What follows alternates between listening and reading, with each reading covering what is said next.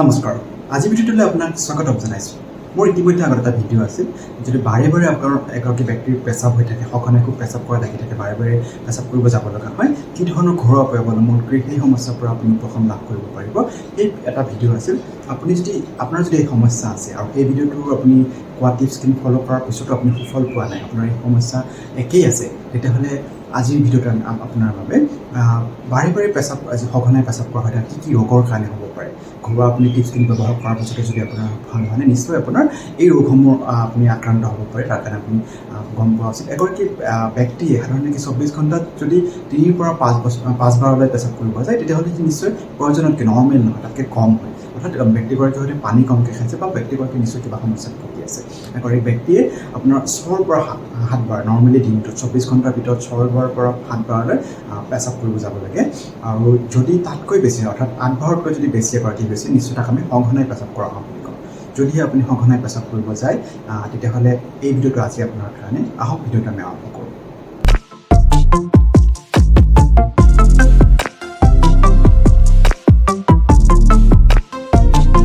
ব্যক্তি যদি 8 বাৰতকৈ 24 ঘণ্টা 8 বাৰতকৈ বেছি পেচাব কৰিব যায় বা আপুনি ফিল কৰিছে আপুনি বাৰে বাৰে পেচাব কৰিব গৈ আছে আপুনি খুব সঘনাই পেচাব কৰি আহিছে আকৌ আপোনাৰ পেচাব কৰা লাগিছে অকণমান পিছতে তেতিয়াহ'লে আপুনি নিশ্চয় খুব সঘনাই যদি পেচাব কৰিব গৈ আছে তেতিয়াহ'লে ই আপোনাৰ ইউৰিনাৰী ট্ৰেক্ট ইনফেকশ্যনৰ কাৰণে হ'ব পাৰে আপোনাৰ ইউৰিনাৰী ট্ৰেক্ট ইনফেকশ্যন বুলি কয় মূত্ৰনলীৰ যিটো মূত্ৰাশয় আছে আপোনাৰ মূত্ৰনলী তন্ত্ৰ আছে মূত্ৰনলী তন্ত্ৰ আছে তাত আপোনাৰ যিকোনো অংশত আপোনাৰ বীজাণুৰ দ্বাৰা আপুনি আক্ৰান্ত হ'ব পাৰে যিকোনো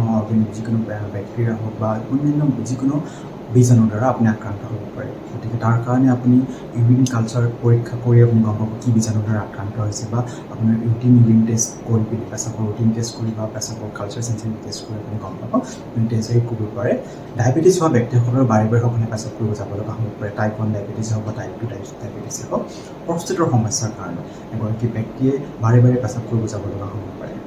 বা আপোনাৰ ষ্ট্ৰ'ক হোৱা ব্যক্তিসকলে বা গৰ্ভৱতী মহিলাসকলে গৰ্ভধাৰণ কৰা মহিলাসকলেও বাৰে বাৰে পেচাব কৰিব যাব লগা হয় যিটো নৰ্মেল টিউমাৰ হোৱা ব্যক্তিসকলে যদি টিউমাৰ হয় তেতিয়াও বাৰে বাৰে পেচাব কৰা লাগিব পাৰে আপুনি যদি মুক্তনাশক ঔষধ ব্যৱহাৰ কৰে তেতিয়াও এগৰাকী ব্যক্তি বাৰে বাৰে পেচাব কৰিব যাব লগা হ'ব পাৰে অতিমাত্ৰা মদ বা অতিমাত্ৰা কেফিনযুক্ত খাদ্য যদি খায় তেতিয়াও এগৰাকী ব্যক্তিয়ে বাৰে বাৰে পেচাব কৰিব যাব লগা হ'ব পাৰে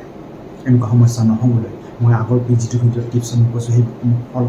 ফ'ল' কৰাৰ উপৰিও যদি আপুনি ভাল পোৱা নাই আপুনি শোৱাৰ আগত ৰাতি শোৱাৰ আগত আপুনি পানীজাতীয় বস্তু বেছিকৈ নাখাব পানী বেছিকৈ নাখাব বা লিকুইড বস্তু খোৱাৰ আগে বেছিকৈ নাখাব আপুনি সুৰা বা কেফিনজাতীয় খাদ্যসমূহ কেফিনজাতীয় যিবোৰ ক'ল্ড ড্ৰিংকছবোৰ আছে বা এনেকুৱা ধৰণৰ কেফিনজাতীয় খাদ্যসমূহ আপুনি যিমান পাৰে কমকৈ খাওক সুৰা কমকৈ খাওক আৰু নিয়মিত আপুনি এক্সাৰচাইজ কৰক ই আপোনাৰ মূত্ৰাশয়ৰ পথ আপোনাৰ শক্তিশালী কৰিব গতিকে আপুনি তেতিয়া বাৰে বাৰে পেচাব কৰা নালাগিব আৰু এইখিনি কৰাৰ পিছতো যদি আপুনি ভাল পোৱা নাই আগৰ ভিডিঅ' টিপছকেইটা ফ'ল' কৰাৰ পিছতো বা আজি কোৱা পইণ্টকেইটাৰ পিছতো যদি আপুনি ভাল পোৱা নাই ভাল নাপায় তেতিয়াহ'লে আপুনি চিকিৎসকৰ ওচৰত যোৱাটো খুবেই প্ৰয়োজনীয় পৰীক্ষা কৰিহে আপুনি গম পোৱা যাব আপুনি কি ধৰণৰ সমস্যাৰ কাৰণে আপোনাৰ এই সমস্যা হৈ আছে আজিলৈ এইখিনি পৰৱৰ্তী পৰ্যায়ত আকৌ এটা বেলেগ বিষয়লৈ আপোনাক প্ৰস্তুত হ'ম ধন্যবাদ নমস্কাৰ